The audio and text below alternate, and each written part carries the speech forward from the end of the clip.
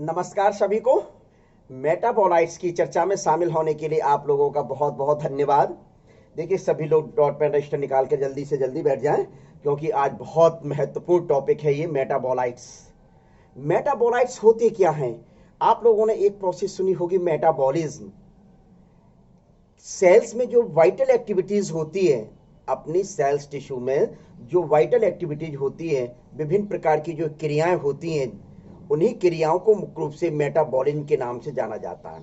शरीर की कोशिकाओं में होने वाली जैविक क्रियाओं को मुख्य रूप से मेटाबॉलिज्म कहा जाता है।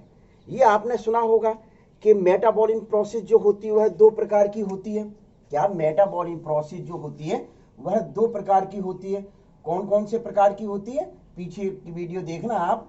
एनाबॉलिक और कैटाबॉलिक। क्लियर? एनाबॉलिक जो क्रिया है वह कंस्ट्रक्टिव क्रिया होती है, यानी निर्माणकारी क्रिया होती है। क्लियर लिख दीजिए यहां, निर्माणकारी क्रिया होती है। और ये जो होती है वह विघटनकारी क्रिया होती है, डिस्ट्रक्टिव। अर्थात इस क्रिया में, एनाबॉलिक क्रिया में किसी पदार्थ का निर्माण होता है। एनाबॉलिक क्रिया में मुख्य रूप से क्या होता है? किसी पदार्थ का निर्माण होता है। क्लियर? क्या होता है? निर्माण होता है। जैसे फॉर एग्जांपल लिख दीजिए फोटोसिंथेसिस, जो आप जानते हैं। फोटोसिंथेसिस प्रोसेस में मुख्य रूप से C6H12O6 का निर्माण होता है। तो वह प्रोसेस कौन सी हो गई? एनाबॉलिक प्रोसेस हो गई। इसमें आपका एग्जांपल में मैं लिखे देता हूं, फोटो सिंथेसिस, और इसमें एग्जांपल में मैं लिखे देता हूं रेस्पायरेशन। सिंपल सी बात है। यानी कि इसमें मुख्य रूप से देख लीजिए, एक मैं लिख रहा हूं, ऊपर सनलाइट, नीचे क्लोरोफिल लिखते रहना। अपने को यहां कोई वो नहीं है, केवल मैं बता रहा हूं कि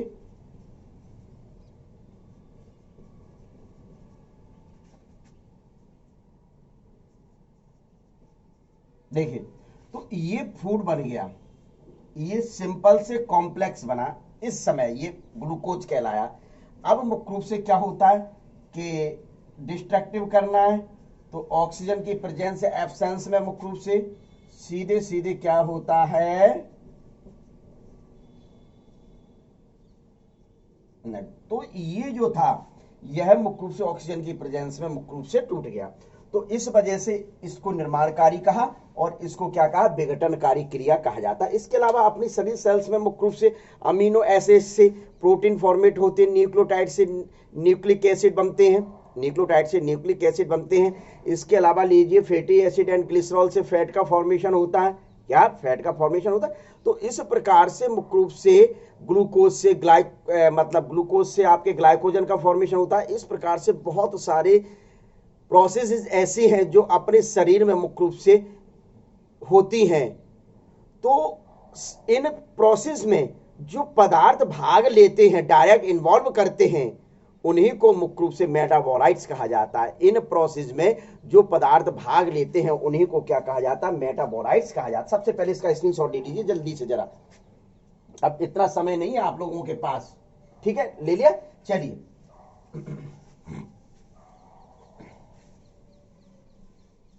देखिए, तो यहां अपनी बात आती है मेटाबोलाइट्स की, जो मैंने सिंपल वे में बताया। ऐसे बायोमोलिक्यूल्स जो सेल के अंदर मेटाबॉलिज्म में इन्वॉल्व होते हैं, ऐसे लिख लीजिए। चलिए आप लोग, ऐसे बायोमोलिक्यूल्स, चलिए,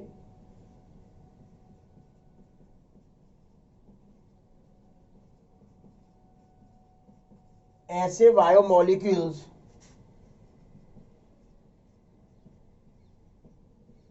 जो सेल के अंदर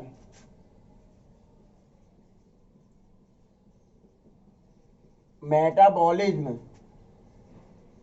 सेल के अंदर मेटाबॉलिज्म में इन्वॉल्व्ड, मतलब भाग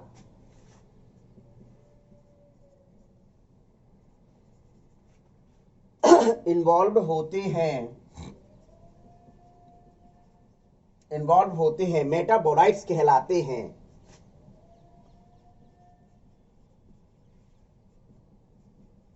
क्या कहलाते? मेटाबोलाइट्स। कहलाते हैं। तो क्लियर मैंने लिख दिया कि स्वाभाविक मेटाबॉलिज्म प्रोसेस में जो पदार्थ भाग लेते हैं, जो पदार्थ इन्वॉल्व कर होते हैं, उन्हीं को मुख्य रूप से मेटाबोलाइट्स कहा जाता है। सिंपल वे में आप ये समझ लीजिए। और ये आप समझ ही चुके हैं मेटाबॉलिज्म प्रोसेस क्या होती है। तो मेटाबॉलिज्म में जिस पदार्थों ने भाग लिया उन्हीं पदार्थों को तो मेटाबोलाइट्स कहा गया। इसमें कौन सी बात है। तो ये पदार्थ मेटाबोलाइट्स जो पदार्थ होते हैं वह मुख्य रूप से बायो माइक्रोमोलिक्यूल्स होते हैं, as well as bio macromolecules भी होते हैं।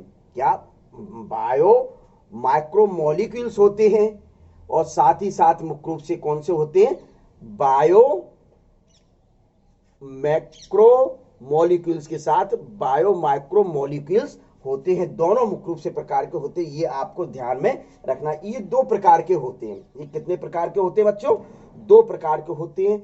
सीधे सीधे मुख्य रूप से कौन से, primary metabolites and secondary metabolites. First कौन सा है, प्राइमरी मेटाबोलाइट्स। विशेष ध्यान रखना है, प्राइमरी मेटाबोलाइट्स होते हैं। तो लिख दूं यहां टू टाइप्स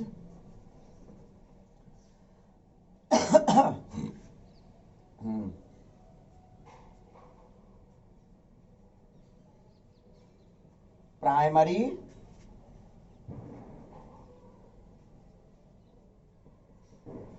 मेटाबोलाइट्स,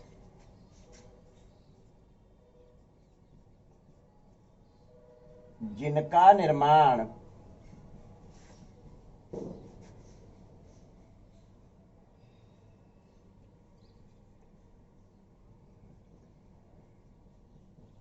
जिनका फंक्शन पता है, जिनका फंक्शन पता है और सेल के अंदर फिजियोलॉजिकल प्रोसेस में इन्वॉल्व रहते हैं। लिख लीजिए, क्या लिखूं, बहुत ज्यादा हो जाता है लिखने को। जिनका फंक्शन पता होता है एवं सेल के अंदर फिजियोलॉजिकल प्रोसेस में, नहीं मानोगे, सेल के अंदर, अच्छा इसकी मतलब वो फोटो खींचने की वजह से लिखवाते हो तुम लोग। सेल के अंदर फिजियोलॉजिकल प्रोसेस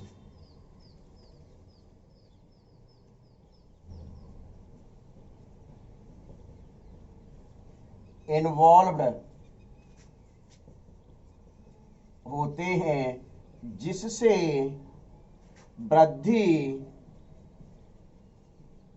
विकास यानी ग्रोथ, डेवलपमेंट एंड रिप्रोडक्शन यानी प्रजनन, मैं इसकी सबों की हिंदी इंग्लिश भी लिखे देता हूं, ग्रोथ, GROWTH, ग्रोथ, डेवलपमेंट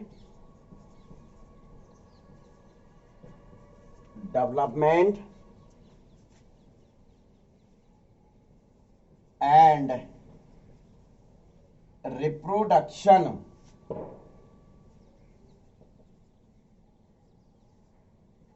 में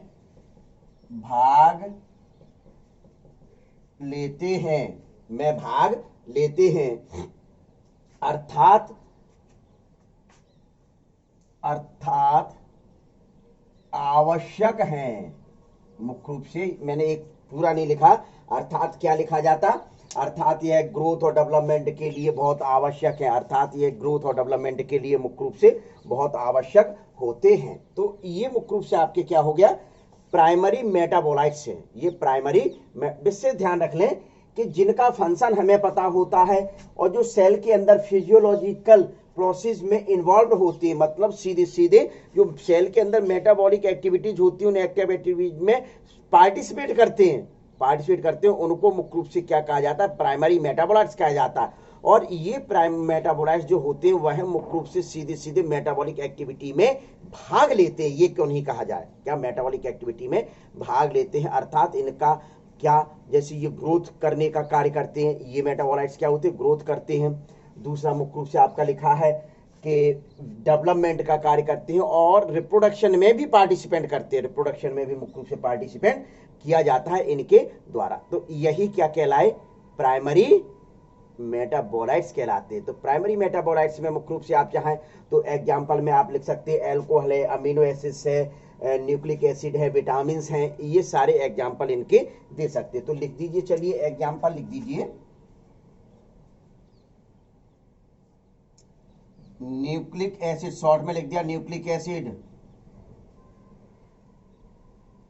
vitamin, alcohol, amino acid,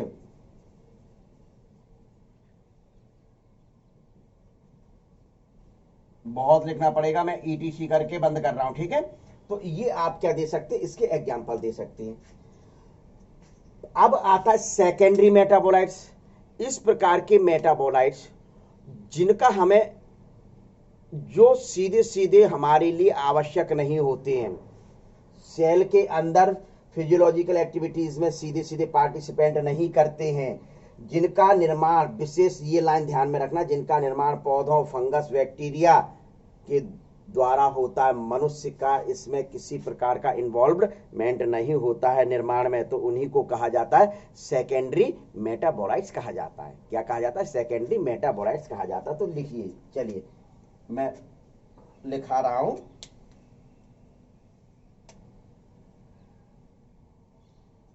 second number,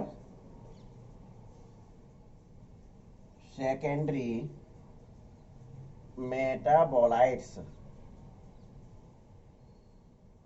तो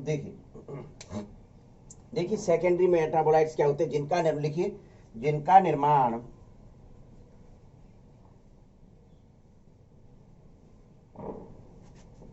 प्लांट, फंगस, माइक्रोब्स या बैक्टीरिया, क्या, जिनका निर्माण प्लांट, फंगस, बैक्टीरिया में दिखाई दे रहा है, होता है, ह्यूमन में नहीं, सीधे सीधे लिख दिया, ह्यूमन में नहीं होता है, जो मेटाबोलाइट्स पाथवे का, मेटाबोलाइट पाथवे का आवश्यक पार्ट नहीं है, ये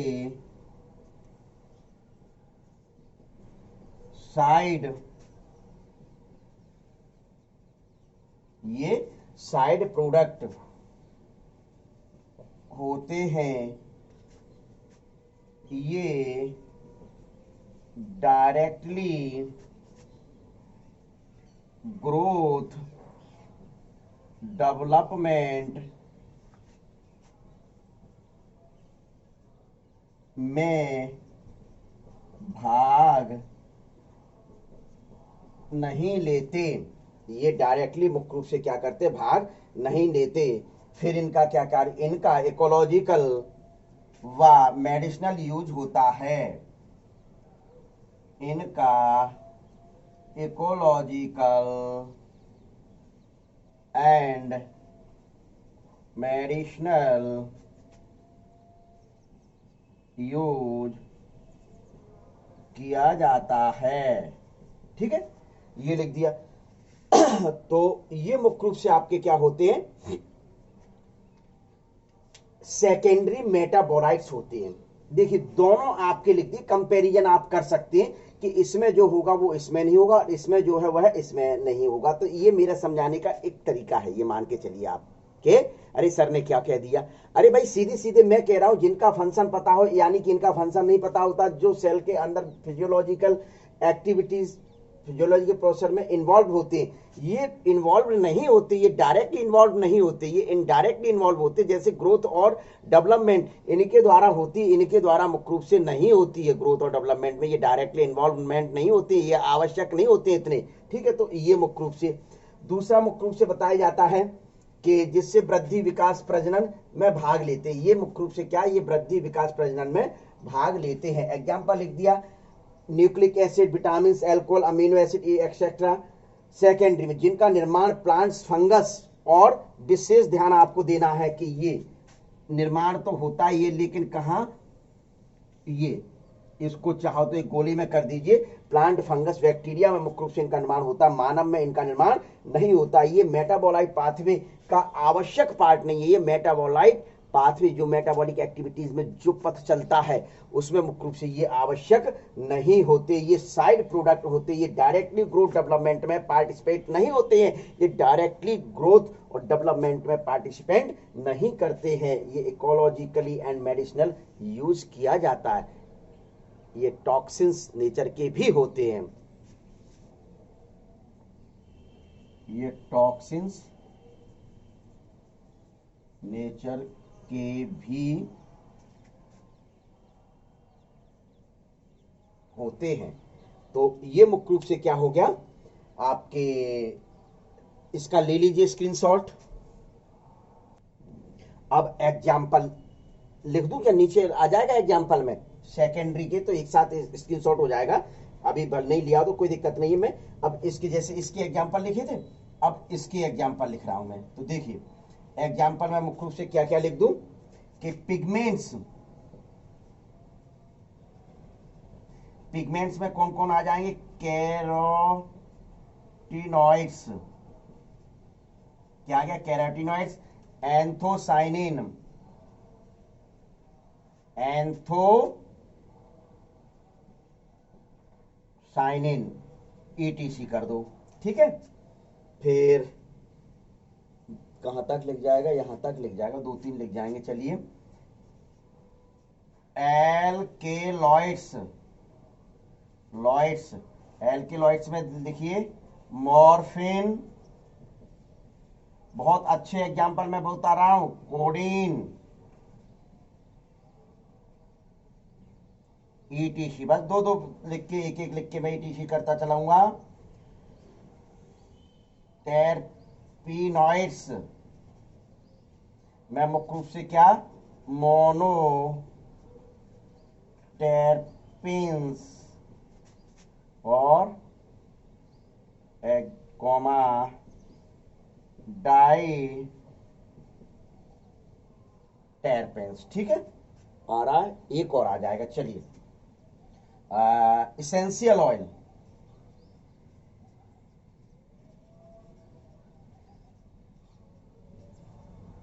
तो इसेंशियल ऑयल्स में लिख दीजिए लेमन ग्रास ऑयल्स,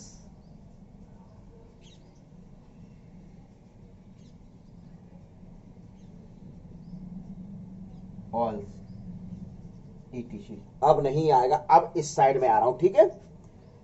तो ये हो गया। अब इसेंशियल ऑयल्स के बाद मुख्य रूप से आएगा कौन, क्या, हाँ टॉक्सिन्स ले लीजिए।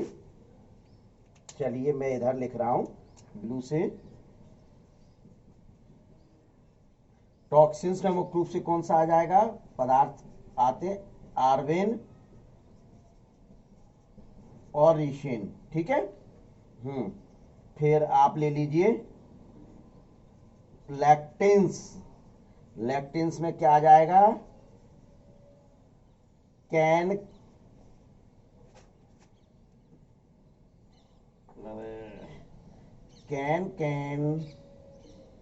कैनाबेटिन ए, कैनाबेटिन ए। ड्रग्स, ड्रग्स में कौन कौन सी, कोई भी ड्रग्स लिख दीजिए, जैसे विनब्लास्टिन, सदाबहार पौधे से प्राप्त होता है, विन ब्लास्टिन और शर्कमिन, ईटीसी। हाँ फिर लीजिए, लिखने में आ जाएगा